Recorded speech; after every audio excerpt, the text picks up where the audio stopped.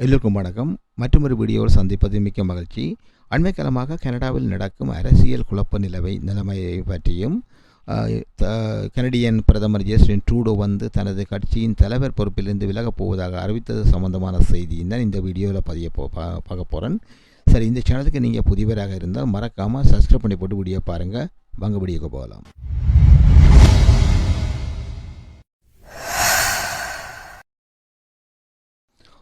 Okay, இப்போது ட்ரூடோக்கு ஏன் இந்த நிலைமை, ஜஸ்டின் ட்ரூடோக்கு ஏன் இந்த நிலைமை என்றால் பார்க்க போகிறேன். ஏன்னு சொன்னால், இப்போ கனடியன் அநேகமான ஒரு சில யூடியூபர்ஸ் கனடியன் யூடியூபர்ஸ் பார்க்கும்போது அவர்கள் என்ன சொல்கிறார்கள் என்று சொன்னால், அவர்கள் மக்களிடம் கேட்ட கருத்து கணிப்பின்படி பார்க்கும்போது ஒரு சில மக்கள் இவர் மீது எரிஞ்சு விழுகிறார்கள். அதாவது கடும் கோபத்தில் இருக்கிறார்கள் கனடிய மக்கள். எதற்காக என்று சொன்னால், இவர் அதிக அளவில் கனடாவுக்குள் நியூ இமிக்ரன்ஸை கொண்டு வந்திருக்கிறார் என்று சொல்லியும் ஒரு குற்றம் சாட்டுகிறார்கள். அதுபோக நிறைய ஸ்டூடெண்ட்ஸ் என்று சொல்லி இங்கே கனடாவுக்குள்ள கிட்டத்தட்ட 2 மில்லியன் பீப்புள் கிட்ட புதுசாக வந்திருக்கிறார்கள். அவர்களுக்கு ஒரு வேலைவாய்ப்பும் இல்லை.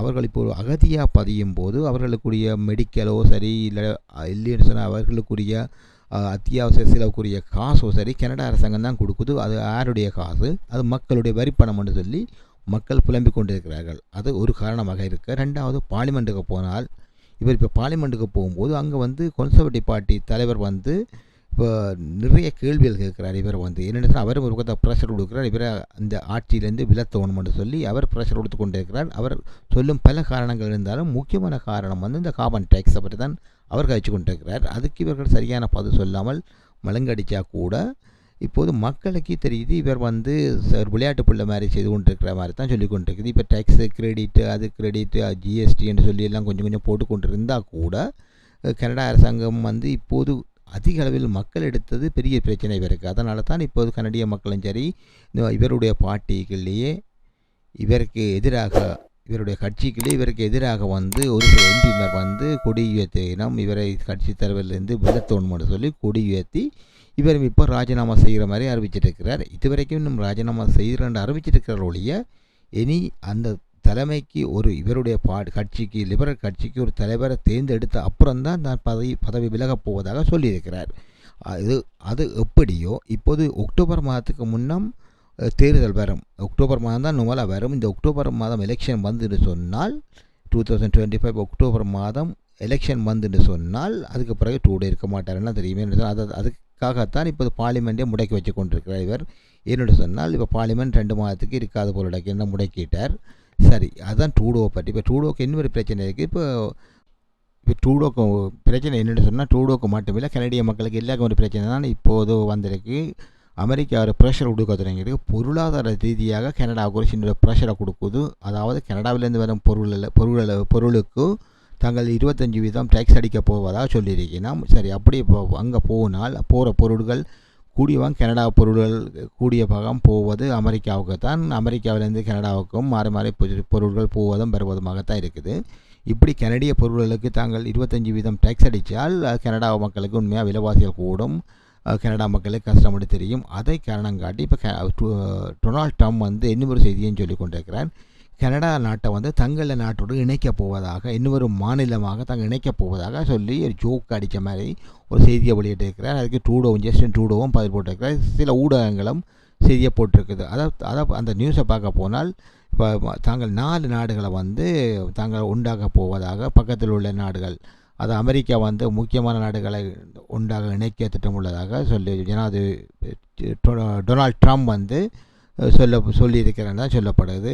எந்தெந்த நாடுகள்னு பார்த்தா அமெரிக்காவுக்கு பக்கத்து நாடுகளாக அண்டி இருக்கிற சில நாடுகள், இப்போ பனாமா கால்வாய் மற்றும் கிரீஸ்லாந்து அதே போல் கனடா அப்படியான சில நாடுகளை தங்களுக்கு பக்கத்தில் இருக்கிற ஐலண்டுகளை தன்னோட இணைச்சு கொள்ள டொனால்ட் ட்ரம்ப் பொருளாதார ரீதியாக தாங்கள் ப்ரெஷரை கொடுத்து தங்களோட இணைக்கப் போவதாக தான் சொல்லப்பட்டிருக்குது. படையனது சண்டை பிடிக்க நாட்டை பிடிக்கிற மாதிரி சொல்லலை. இது அவற்றை ஆசை, டொனால்ட் ட்ரம்ப் ஆசை போலடாக்கு.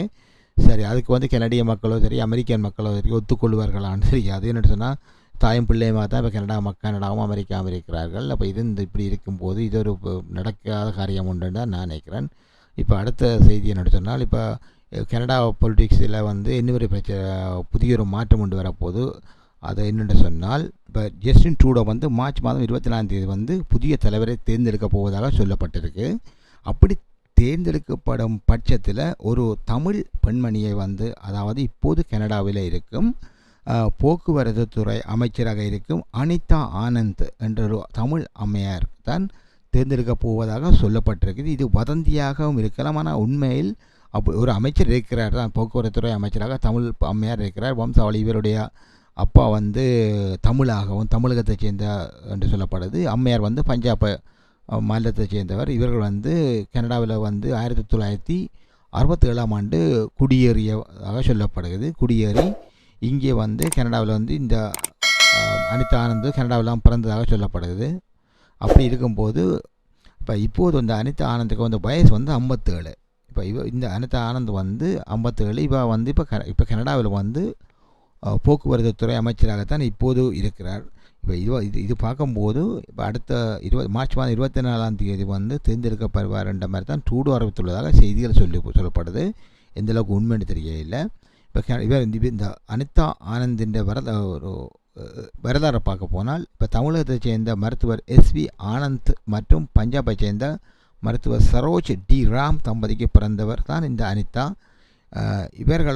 இவரது பெற்றோர் வந்து கனடாவுக்கு 1967ஆம் ஆண்டு குடிபெயர்ந்து இங்கே வந்திருக்கிற கனடாவுக்கு வந்து நோவோஸ்கோசியா மாகாணத்தில் வந்து இருந்தபோது தான் இந்த அனிதா ஆனந்த் பிறந்தார். அதாவது 67ஆம் ஆண்டு அங்கே வந்து இருந்தபோது பிறந்திருக்கிறார். இப்போ அனிதா ஆனந்துக்கு வந்து 1995ஆம் ஆண்டு ஜோன் என்பவரை திருமணம் செய்திருக்கிறார்.